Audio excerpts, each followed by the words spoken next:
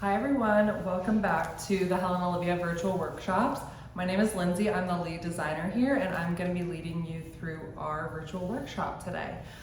We are doing our Cornucopia class, which is our Thanksgiving centerpiece. These are kind of an old school way of doing a centerpiece, but we think they turn out super cute, very festive.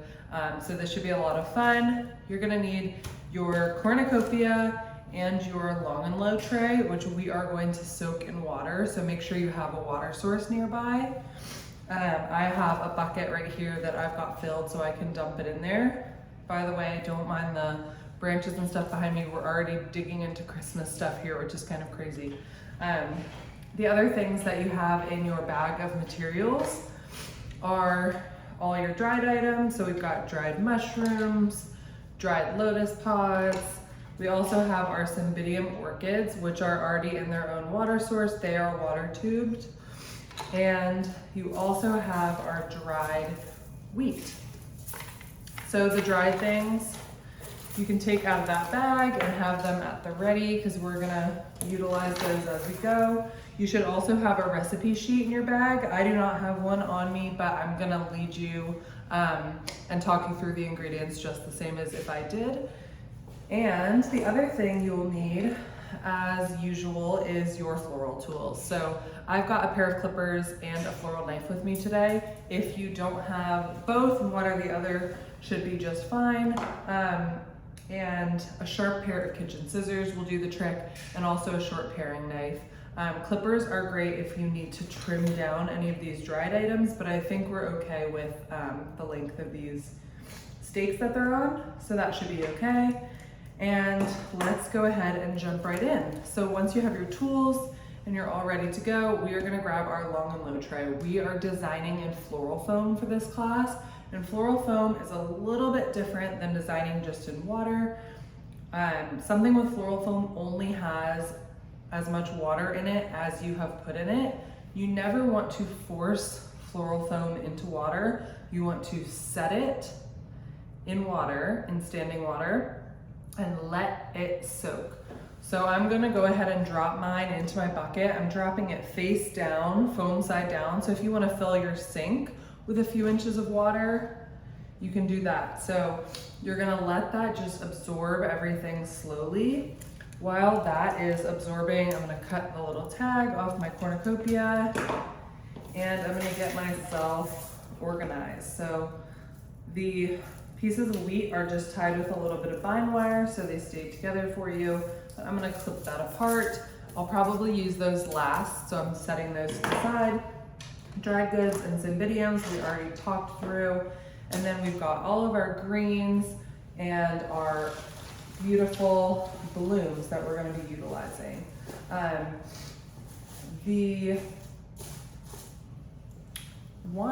Okay, mine seems pretty much soaked. Yep. So once it's heavy and it's completely submerged, you can remove it from the water. So I'm gonna take mine out, and you want, actually I'm gonna leave mine for a little longer. You want to have a little bit of standing water in your tray because that means that you know your flowers will be in water. The thing about floral foam is you need to water it daily. So once we make this arrangement, make sure you're checking on it and make sure you can always see water inside of your plastic long and low tray. So once that's set, you're gonna sit it in your cornucopia as close up to the end as you can.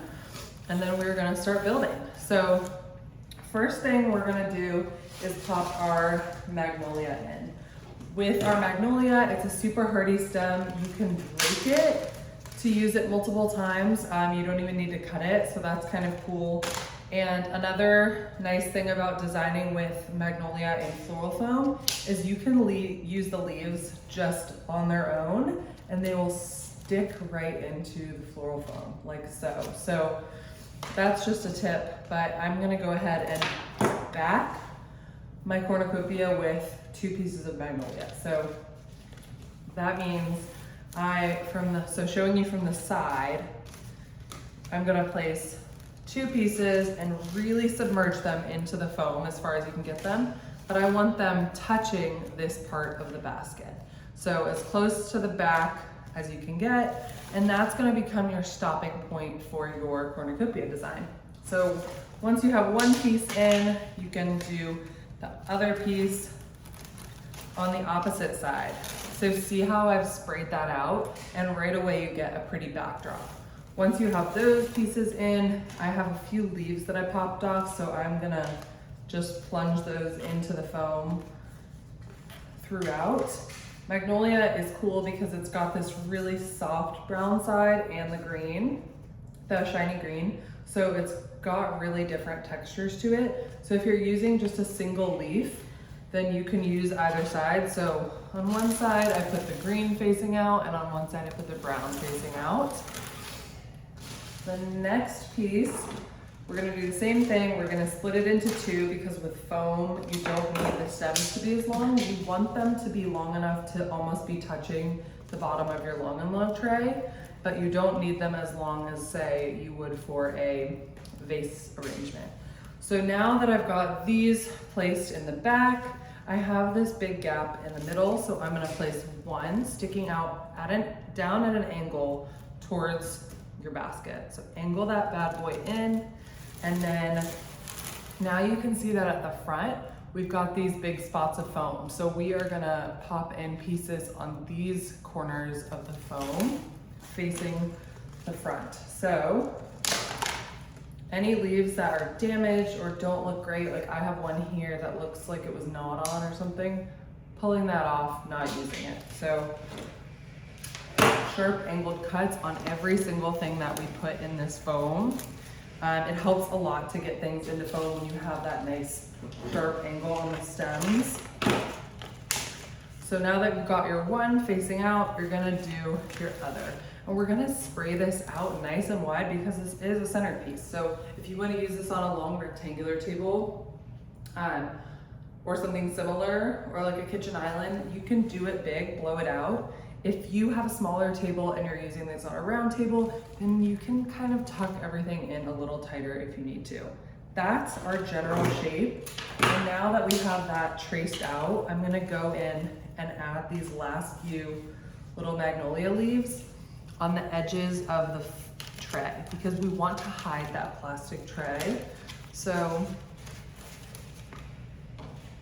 that. And then I'm doing the same on the other side. So plunging these leaves into the foam as far as they will go. Magnolia is super, super hardy, so it will survive well in the foam like that for a few days. And it'll just dry out, which is totally fine. But any other sort of green, you couldn't ever just take the leaf and stick that in. So that is unique to magnolia when you're designing in foam. Now that we've got our magnolia placed, we can really see the shape of everything. So we are going to grab our piece of Nandina, and we are going to use this to add throughout the cornucopia. So with Nandina, it grows in like a spiral. So you get one nice piece, and then from here, you'll be able to cut a bunch of pieces. So what I like to do is look at the base of the stems where all the things are shooting out. So it has all these little stem offshoots, and you're gonna trim those so we have separate pieces. So, sorry if that was confusing when I explained it, but so we're gonna trim, and you kind of just go around in a circle. Trim, trim, trim. I am gonna use these berries because I like the looks of them, and then trim, and our last piece. So that's how you kind of trim. You trim in a spiral motion, so you get every piece off nice and clean. If anything is super damaged or yucky, toss it to the side, clean it up. For a size arrangement like this, we don't necessarily need to use this full thing, so I'm gonna split it in two. Cutting there, and then we're gonna add our Nandina all throughout. I absolutely love Nandina. They're super varied colors always, and it looks really wild and beautiful, perfect for fall because you get all of that color variation. You get the red. Sorry, I'm gonna have to look at this from the front for a second. So you're really just dispersing this throughout in between the magnolia, And with something like this where it has a really thin stem, you basically just thread it right into the foam. So placing that all around, and actually I'm not gonna use the berries. The red is kind of jarring to me with our other ingredients, so never mind. But placing all the rest of my Nandina and trimming off or pulling off any of the low-lying leaves that we are not going to be utilizing. So there we go. So that is all my Nandina placed. And now that we've got the Nandina in, we are going to grab our seeded euc. So our seeded eucalyptus, gorgeous dusty green color, and for seeded eucalyptus, it's also super hardy. It dries really pretty. So this is another perfect ingredient to design in foam because you don't have as much of a water source in there. For something of this size in just one foam brick, you can split these into many different stems to use throughout. So I'm cutting these into smaller pieces, and then I am going to plunge these into the foam throughout. And seeded eucalyptus creates a really pretty drape. So I do want to kind of drape some around the edges, and then also disperse some throughout the middle and the back, really everywhere. I have a nice big piece of seeded to use. So I'm gonna split this up and just disperse it throughout. So in the center as well, you wanna make sure this is a good opportunity to kind of really fill out that shape and get any gaps taken care of before we add our flowers in. So look at it from all angles, make sure you're spinning it around, and trim off anything that you don't think looks good or healthy. Just use your discretion. If something doesn't look great, then don't use it. There's so much in this bucket, it's gonna create a really full arrangement. Just make sure you're tucking really low near the black outline of the basket so we're covering up that plastic tray as we're going. That's probably the most important part of this green up, is hiding that tray. So looks pretty good. And since we have our seeded in, we are going to pop in our dried items. Let's do our kale. So we're gonna place our kale, and then we'll do our dried pods, and then we will jump in with the roses. This is our frilly white ornamental kale. Gorgeous, gorgeous. Love this in fall arrangements, so pretty. With kale, it's kind of fun, but you can snap the stems. You always want to give it a fresh cut anyway, but if you just want to see what that feels like, you can do that. Then give it a nice fresh cut the stems down, and you're going to use your whole arrangement as kind of a measuring tool so you can see how long you need to leave things. Since we have 3 kale, I'm going to put 1 up top close to the cornucopia here. So let's go high up here. And remember that if you're using this on a long rectangular table, you want to really round out the shape. So you want to be able to make sure that the sides look as good as the front view, because when people are sitting on either side, they've got to have something good to look at too. With kale, this is something I wouldn't suggest reflexing because the curly petals are already so pretty and fluffy on their own. If you have any damaged petals on yours, or leaves, not petals, leaves, you can pull those off, super easy. And fresh angled cut. Since I've got 1 up here, I'm gonna go 1 on this side, out to the side, really plunge it into that foam, make sure it's secure, and make sure that you're getting it into the foam and not just sticking it into the tray accidentally. So since I've got 1 out to the side here, I've got 1 up top here, I'm gonna put 1 out to the front to really continue blowing that shape out. So again, making sure it's going into the foam is super important. That's really secure. So those are our kale placed. Once you have our kale, and also you are going to have some spillage when you're designing in these long and low trays. It can only hold so much, and if you're sloshing or tilting your arrangement, it's going to spill. So make sure you keep it really level. I'm gonna occasionally be tilting it just so you can see better. Now that our kale are in, we are gonna grab our roses. Oh, sorry, we're gonna do our lotus pods. Lotus pods are these really cool dried guys, and we are just gonna pop these around, one up high, one off to the side over here, really just spreading those out. And then I'm gonna do one on the side there. Beautiful. So now that those are in, let's go ahead and condition our roses. Our roses, we are going to strip off any of the low-lying leaves, remove any of the damaged guard petals, so anything that has little creases in it or just looks like it had been damaged in transit, etc. Just pull those off. So pull off any of the leaves. We're gonna do this for all of our roses so they're all ready to go into the arrangement.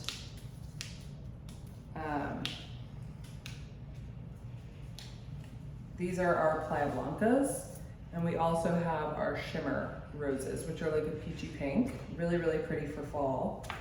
So those are the two varieties we're using. So pulling off those damaged petals for each one, and just keep going until we've cleaned all of them.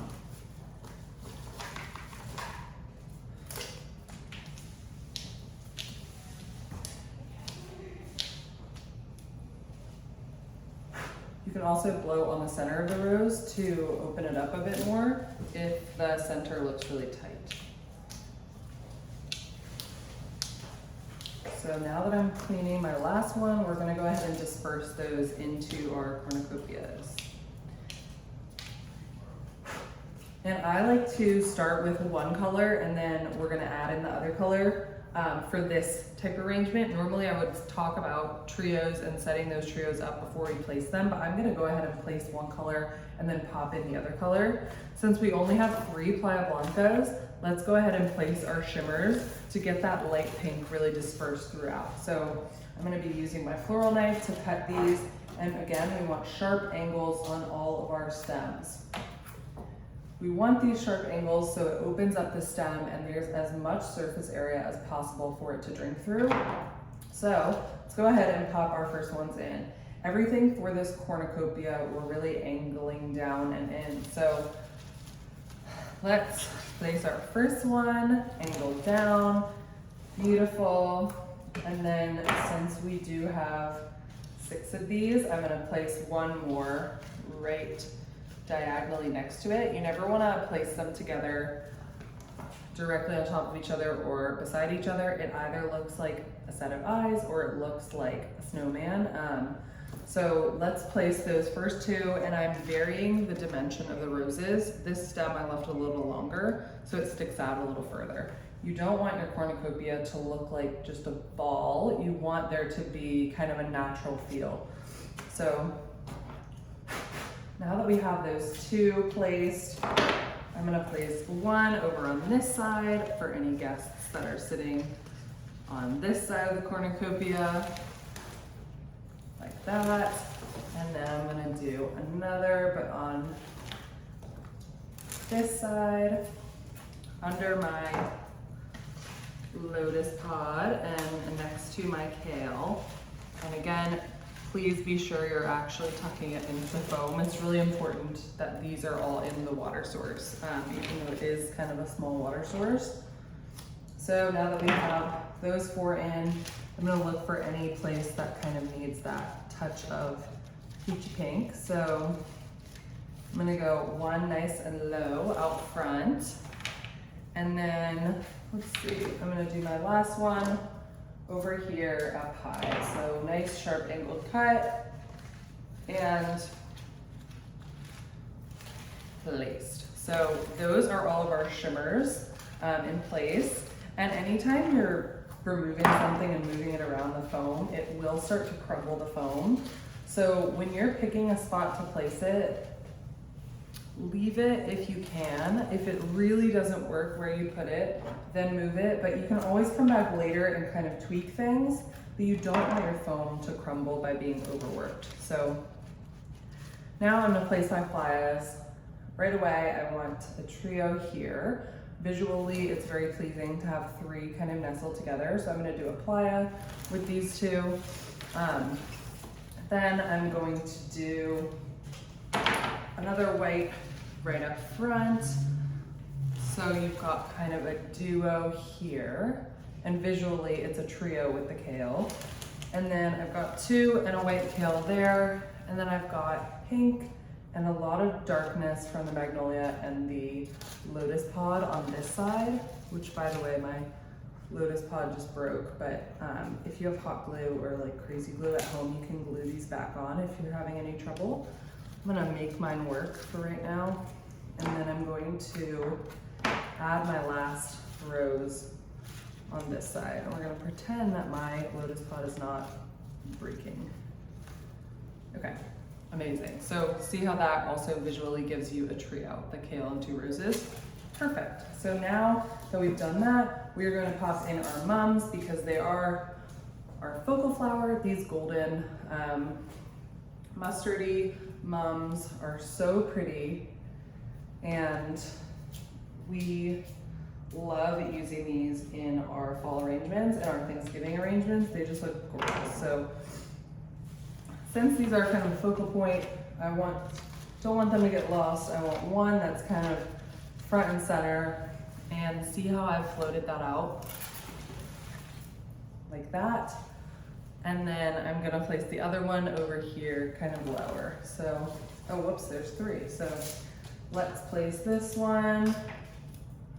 Sharp angled cut. You can trim off any of these little nubs from where the leaves were with a knife. If you just do this away from you, it'll trim it really nicely so it's nice and smooth to get in the foam.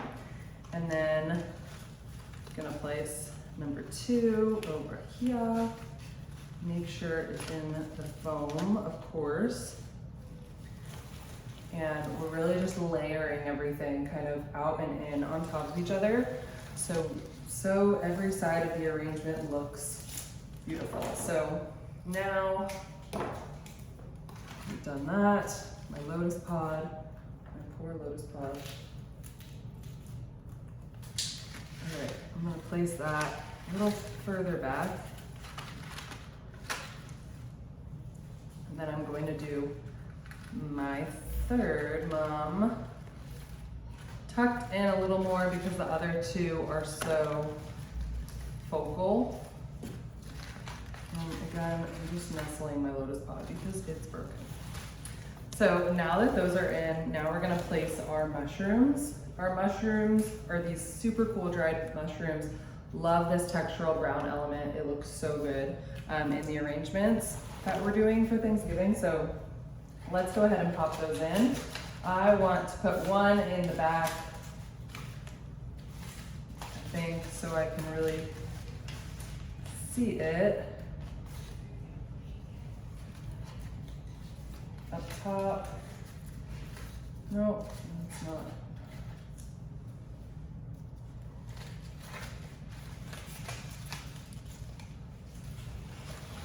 So there's the little mushroom texture. It's kind of hard to see from this angle, but there.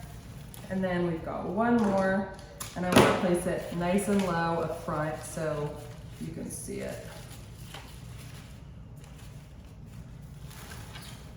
There. So really cool added texture. And once we have those placed, we are going to pop in our berries. So we are using privet berry for this, which is kind of an unexpected blue, blue accent, but it's beautiful and they're really, really pretty and textural. With these, I would suggest using a clipper or a sharp scissor because they are hardier stems. And right now we're gonna just go ahead and tuck these around so we get that pretty texture throughout. So we've got 3. We're gonna strip off any of the low-lying leaves or any of the berries that don't work for us. And then we're gonna disperse that. So we've got our 1 set up here, we've got 1 back here, and then we're gonna go with a 3rd. I'm gonna move a little bit higher. There we go. And then our 3rd privet, I'm gonna break up these 2 golds with that pop of blue. So there is the 3rd privet. And then we're going to pop these in. I, for the life of me right now, cannot remember what these are called. They are on your formula sheet and they're really cool. They're like a tropical element, really, really hardy stems, really cool texture and pattern. Sorry, I do not have the formula sheet in front of me today, so I apologize, but they're cool. That's all I'll say. I cannot remember what they're called. But I'm gonna pop these in anywhere where I see a hole or anywhere that I feel like I could use a little texture. Anytime we're putting anything in the front at this point, the stems should be pretty long so that things can still be seen out in front. So see how it's really pretty already from both sides? So it will serve its purpose as a centerpiece because everyone will kind of get a good angle of it. Even though my lotus pot is broken.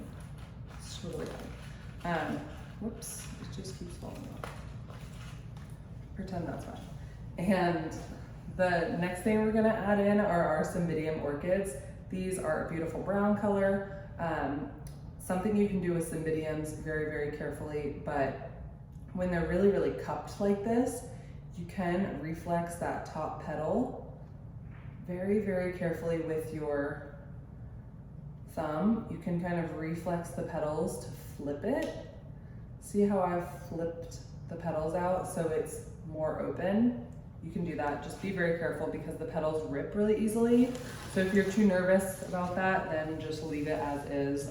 They still look beautiful, really cupped. So now I'm going to place my 2 cymbids and again, just carefully flipping these so it has more of an open look. And since I've placed 1 kind of high here, I'm gonna place 1 down low over here if I can find a good spot. Yeah, I'm gonna place 1 here with the tail.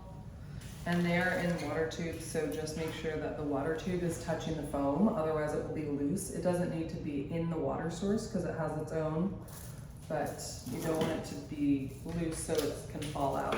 Scabiosa pods we're gonna add in next. Really super fun textural element. I like to float these out above the arrangement because otherwise if you tuck them in really low, they get hidden. So I'm gonna place those 4 around so they're sticking out so you can see them. And then the last things that we're gonna add, and then we are done, is our wheat. So our dried wheat is super pretty, love this for fall, creates really good texture. You can give these a haircut if the length is too long. It's totally up to you. I like to kind of trim them in a little bit of a point. I think it makes it look a little more natural.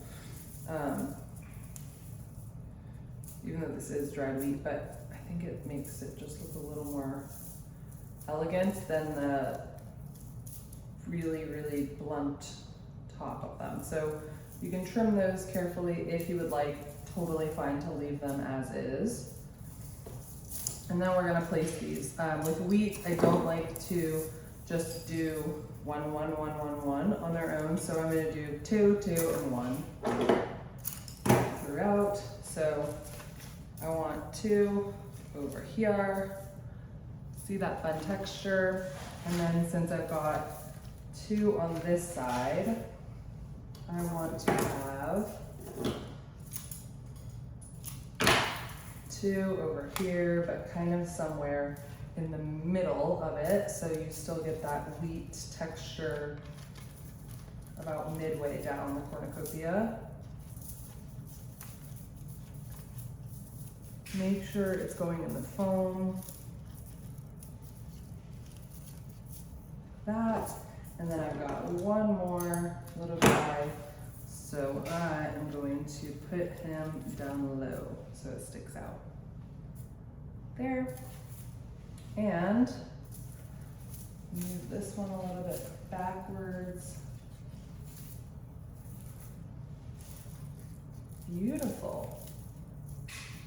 So that is our, that one just broke, that's okay.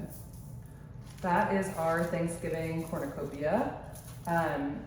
Use this time at the end to kind of assess if you want. If you feel like you might need to move something, you can. Be just really mindful that the foam can crumble if you move things too much, so I would not suggest it.